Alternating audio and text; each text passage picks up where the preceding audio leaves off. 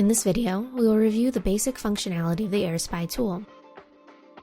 Make sure that the InOcean USB you wish to use is plugged into the computer before you open AirSpy. Please note that a valid license is required. When you open AirSpy, you will see the following screen. To the right, the InOcean sensors with range will populate. If you click on one of the populated sensors, you will first see the InOcean packet data in the left box.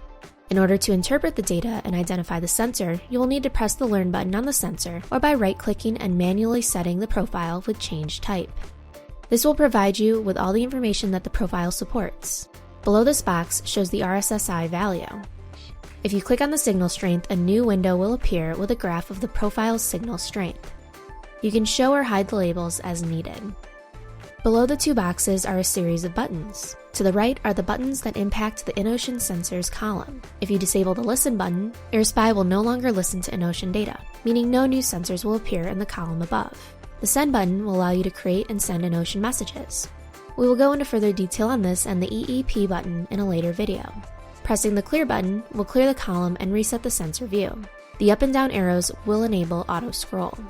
Finally, the Details button will bring up a new window that shows the detailed telegram information. The first column on the left shows the timestamp of the message. Then you will see the InOcean ID and the org byte. You will see the data bytes. Next is the status byte. The repeated column shows whether the message was received as repeated or not. The RSSI column shows the signal strength of the sensor. The next column shows the subtelegram count, which shows how many subtelegrams were received. Next is the security byte. Finally, the destination column shows whether the message was sent, addressed, or broadcasted. Below the column, you have the option to export the information into many different formats, as well as clear the list and turn on auto refresh and auto scroll. If you want to translate the information you are viewing in the Details window, you will first need to make sure that the sensor is identified by pressing the Learn button or by sending the profile manually. Once the sensor has been identified, you can click on the lines to translate the details back to the main window. On the far left, you will see the Logging and Filter buttons. The Logging button allows you to capture all of the data of the InOcean network and save it locally to your PC.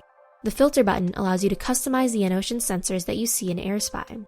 We will cover both of these buttons in detail in a later video. The Report button allows you to generate an email or FTP report. We will also cover this entire setup in a later video.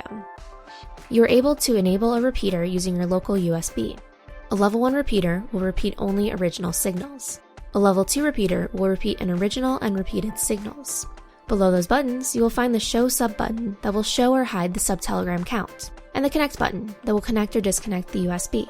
Finally, the circular button is the Receive, Test, Answer Messages, or the Positioning Assistant.